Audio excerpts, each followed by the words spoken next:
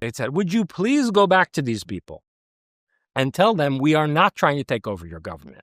We just want to live here in peace and to please leave our children alone. Okay, so this is a story that he told me.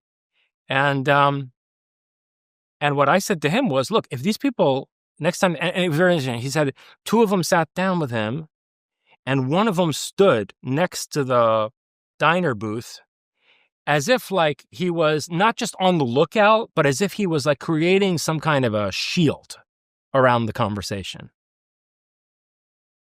And so I said to Lynn, if these people come back next time, could you please tell them that instead of, selfishly seeking a life of peace and comfort and liberties for their children, they should help us to carry out some kind of a coup against this fascist deep state that we have in this country. Because if they don't help us do that, soon these liberties that they came here for aren't going to exist anymore. And they're going to be living back under the system that they escaped from. So, they should get in touch and there should be some kind of a coordination to, work on the American deep state together so that, this kind of a system that they want to benefit from continues to exist. How's that effort going? Crickets. Interesting. Well, anecdotally, I've heard some very interesting and weird stories around Nordic-looking people in the Rockies. So I have too. From other people. Like yeah. It's interesting. Mm-hmm. So do you think that this we're in crazy territory right now, but do you think, if these Atlantean survivors are camped out in Antarctica now, what do you think they want with mankind? Do you think if there was any relationship between them and the Nazis? 100%. And so were they trying to sort of immanentize the eschaton, kind of the Eric Vogelin, they were trying to bring about some sort of apocalypse, or what did they want? Why would they? I mean, you would assume they're kind of nefarious if they are partnering with the Nazis. Or are they good, or is it way more complicated than that, and good and bad are just human constructs that we're trying to apply to a paradigm we don't understand? What do you think their intent is? It's an Ouroboros. Okay. What does that mean? It's the snake that's biting its own tail. That alchemical symbol of the snake that's biting its own tail. The biggest problem, and I saw this in some of the comments, in response to our first conversation, the biggest problem that people have with wrapping their minds around this is the element of time. If we're dealing with a time-traveling civilization, mm-hmm. it means they have a hyper-dimensional relationship to human history. Mm-hmm. Okay? So all these people have these weird taxonomies of 43 different alien species and 10 different kinds of Nordics and the tall whites. And Charles Hall talks about the tall whites, and then he talks about the Norwegians with 23 teeth. 24 teeth. Yeah, okay, look. That was the most insane interview I've ever done. I don't know what to make of it. Here's the problem. Yeah. Okay, just let's look at it on a conceptual level. Yeah. Just leave out the aliens for a minute. Just let's look at time travel on a conceptual level. If you have this scientific breakthrough mm-hmm. to where you can engineer time machines, mm-hmm. from that moment forward, at any point in the future, you could travel to any point in the past, right?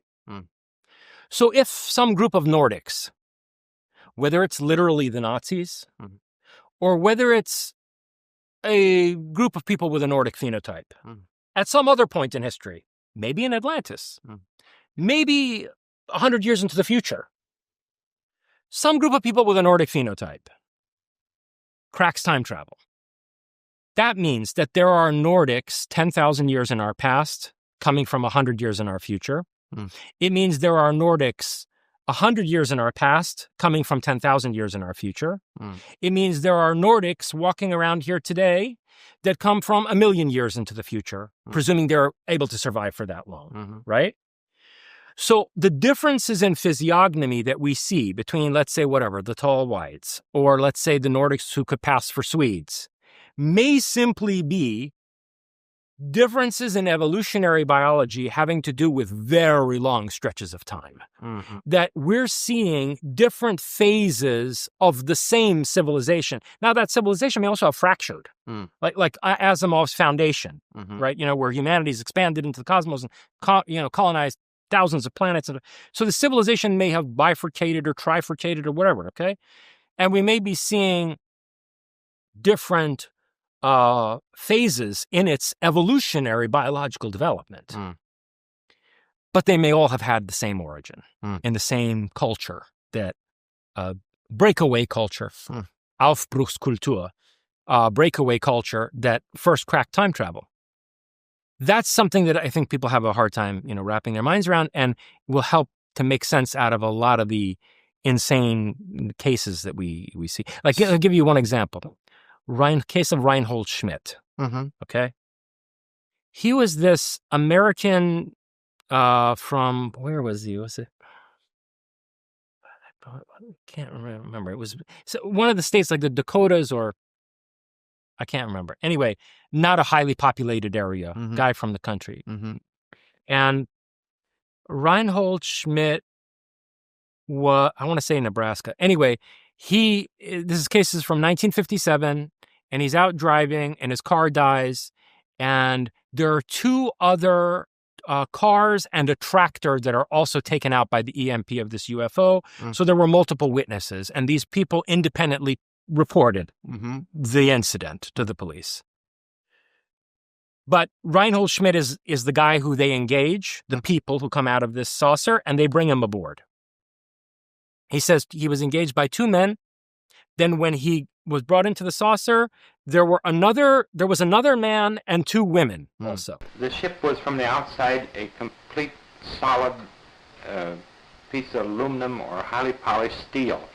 Upon entering the ship is entirely different. It is transparent. You would look up, see the sky, look down, see the grass below you, or see the entire countryside.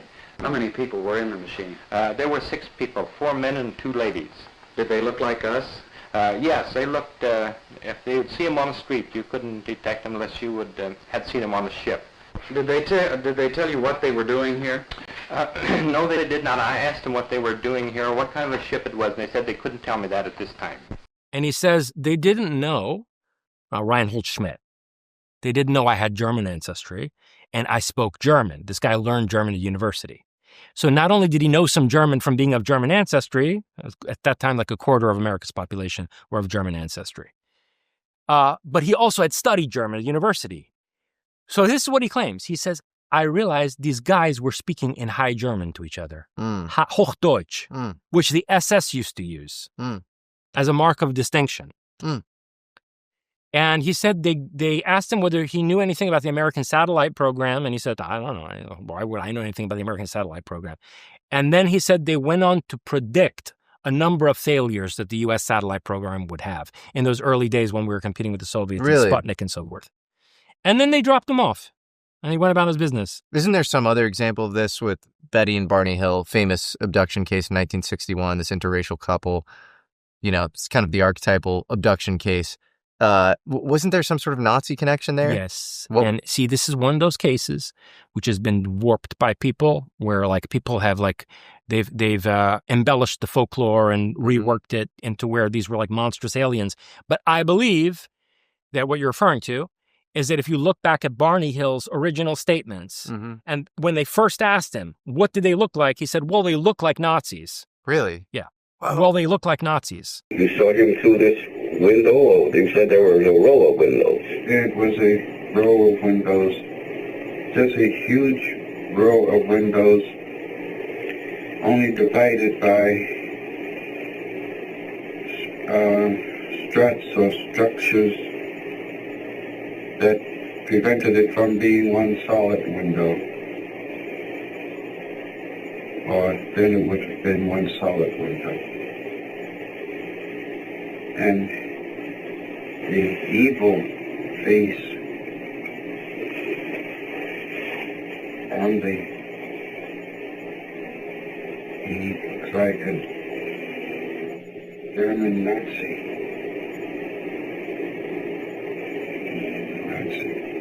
Nazi, isn't it? Did he have on a uniform? Yes. How many other abductions are like that where they say they look like Nazis? I haven't seen that many. Okay. But the important thing is that there are such cases. Oh, I'll tell you something else interesting in that regard. So, one of the comments in response to our first conversation was from the daughter of Desmond Leslie. Who's that? She commented to me on my ex. So George Adamski Yeah. co-authored his first book, The Flying Saucers Have Landed, with this guy Desmond Leslie. He was like not a ghostwriter, but like a collaborative author, right? Mm-hmm. He would help people write books. And she reached out saying that she's the daughter of Desmond Leslie. And she said, in our family, her father always said that it was Nazis who contacted Adamski. Really? And they were pretending to be Venusians. And Really? So he helped Adamski write this book where Adamski claims these people are Venusians and they claimed they were Venusians, or some of them come from Mars and whatever. He said that we always knew it was Nazis who were pretending to be Venusians.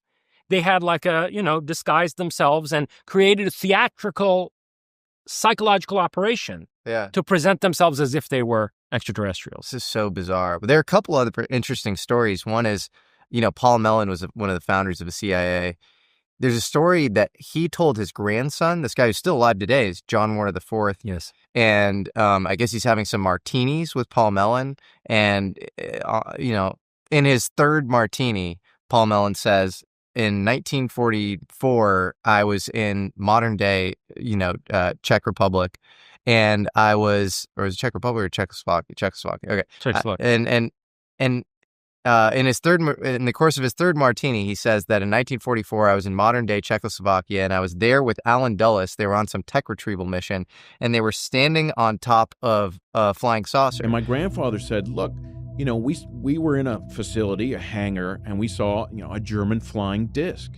And I said, oh, is that the one that was cobbled together with 6 BMW jet engines? And he laughed and he said, no. And so that's a really interesting fact as well. And then Harold Malmgren, bringing it back to the top, said that the Magenta craft was actually exfiltrated from Italy via the Nazi rat lines, which people like Reinhard Gehlen were helping to kind of orchestrate. And it was by the Knights of Malta. And Reinhard Gehlen was part of this Monte Carlo group, which was this kind of elite of the elite Knights of Malta faction, which is fascinating. And this faction comprised both Nazis, people like Reinhard Gehlen, and Jews like Henry Kissinger. Yep. So that's right. And Otto Skorzeny is working with the Mossad in the early 1970s. And Skorzeny was also part of this Knights of Malta faction. Yeah. Different parts of the brain have different activities.